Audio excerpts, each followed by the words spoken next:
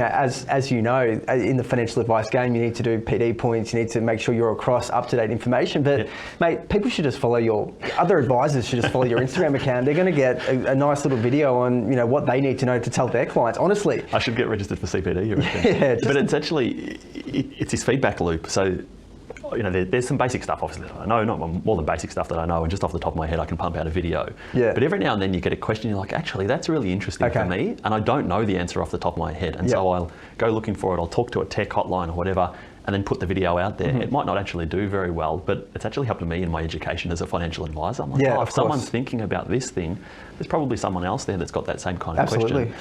I'll do the research. It makes me a better advisor in my day job, put out the video, and then off it goes. So do you ask questions to your audience about what they want to hear? Like, is there a feedback loop? From time to time, I do. When I'm sitting there going, what am I going to, scratching my head going, what am I going to do a video on next?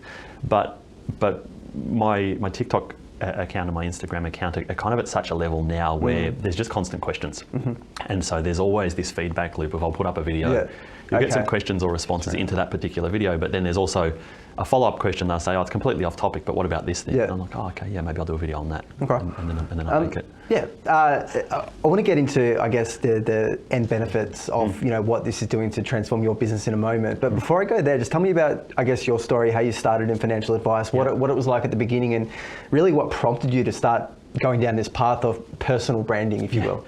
So I never intended it to be personal branding. It's obviously where it's ended up. I didn't even kind of realise what the term was at the time.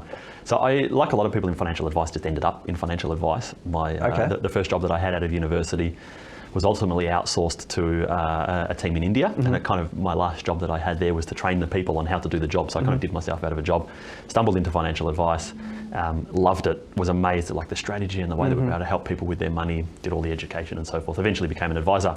And then once you become an advisor, it's like, okay, well, here's some clients that you've got, but if you want to continue to grow in your career, you need to be able to help more and more people over time. There's the traditional routes of talking to accountants and mortgage brokers and lawyers and those kind of things. And I had a degree of success there. But there was one particular year when I thought, well, this particular accountant's been really supportive of me. I've helped a lot of his clients and I've really enjoyed it. But what if all of a sudden they find someone else that they like better than me? It's like, well, what am I going to do now? And I'm like, well, there's this thing called the internet. Maybe I'll just try putting some things out. Can I ask what year that was? That was probably 8 or 9 years ago, so it was a while back. So I first started putting any form of content out on LinkedIn, mainly because my family wasn't on there. So I didn't want to go to mum and dad's house on the weekend and my brother's there going, who do you think you are, putting out. So that I started with written content, and then it kind of evolved into having a little bit of a picture or a diagram with some words. And then I was invited to be an early adopter on LinkedIn in particular of posting native video onto the platform. Not everyone was able to at the time. I thought, you know what, cool. This is a unique opportunity that I have that that's not everyone very else unique. does. That's a really good opportunity. So that pushed me to do videos, and I was so nervous. My first videos were no good, but I've literally done thousands of them in the years since, and it's nothing for me now to kind of look at my phone and talk to the phone. Mate, the videos are gold. So with video, I mean, obviously the financial advice industry has transformed a lot over the last 3 or 4 years in particular, post Royal Commission. Obviously, you're self-licensed now, but